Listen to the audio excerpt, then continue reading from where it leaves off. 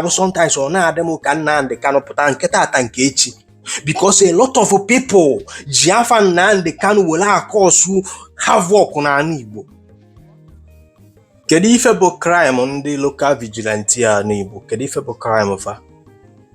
Akwụghị na afife na video ma achọrọ m onye ya agwa m ife bụ the crime ndị local vigilante bụ ụmụnne m na gị na-abụ na-asụ the same asụsụ.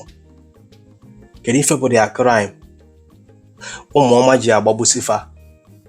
Are you aware that some part of an Igbo today na other possible that is organizing with an local vigilante?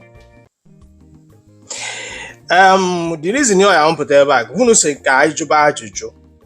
Nya aya na ajuzi aju na aya na need if an prove. Come on, good morning, Patala, how are you? Kid evidence. Or he biteli vida neme. Nwanne anyị nwoke bụ Okwuluọla ebe ọ gachara pụta kwuo ka ife si wee mie. Some of us wee pụta na ndị social media wee na the evidence of ife mere Okwuluọla. Na achọrọ m ịjụ gị Umuoma, all this vigilante ndị be anyị unu fụrụ nke mere na ụmụaka ọ dị ka last year unu fụrụ ka esi wee gbagbu vigilante na Agụrụzi Igbo si da last year ahụ. I'm not sure otu o nwere oge agbagburu ndị local vigilante na Agụrụzi Igbo. Now ịma crime a na-agwa mụ na gị na-abụ fa committee na fa bụ sabo na fa na work with ndị army. Na kedu evidence gosili na this our local vigilante many some villages in our community today dey peaceful before this ihe Umuoma wee bido?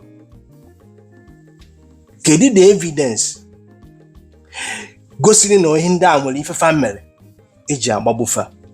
Today a lot of vigilante nwunye fa abụrụ na widow, papa fa that is ụmụ fa adana fatherless. Nobody is taking care of them.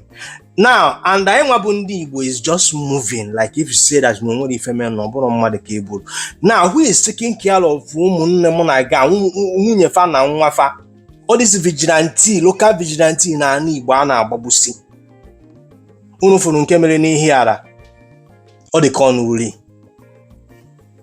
na-esetichara up local vigilante Umuoma bịa ebe ahụ gbagbusie ndị mmadụ. Na kedu evidence ife afa na-agba gị na onye nwa bụ sabo?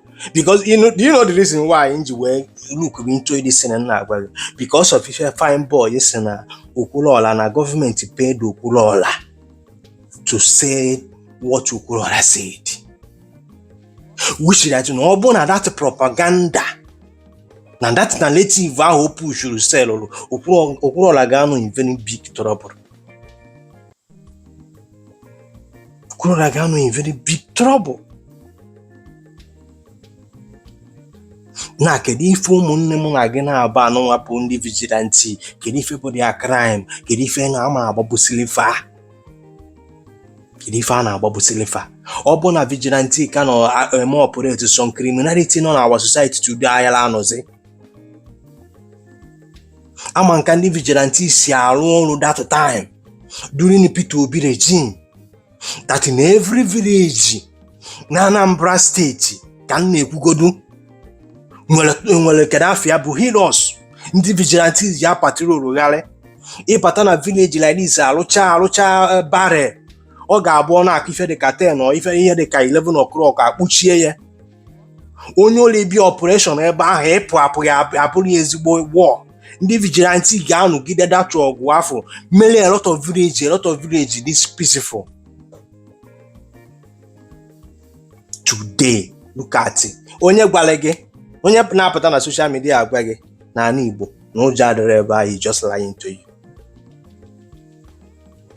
Mgbe ọbụla mụ na gị na-abụgwala onwe anyị eziokwu, we start solving our problem. Just ife na-apụta ebe a advocate bụ let there be peace. And if ya ji ewute m ọ ya abụ sometimes ọ na-adị m ka Nnamdi Kanu pụta nke tata nke echi, because a lot of people ji afa Nnamdi Kanu were akọsụ havoc na ana Igbo. telling you. Ngwa na eketa this man aketa nwoke this man bụ Ichie Kennedy Igbanugo akụrụ unu one of iseke kedu crime ya kedu ife lebelụrụ ya na ọ na-work with ndị military kedu evidence ebe ọ na-work with ndị military mụ na gị na-aba afọ ya ruo tata mana igbo na the man gbuo ma some people no around him kedu the evidence ya mpụta ebe a na m agwa gị jee nọrọ na jụọ onwe gị ife butere ọgba aghara na Biafra agitation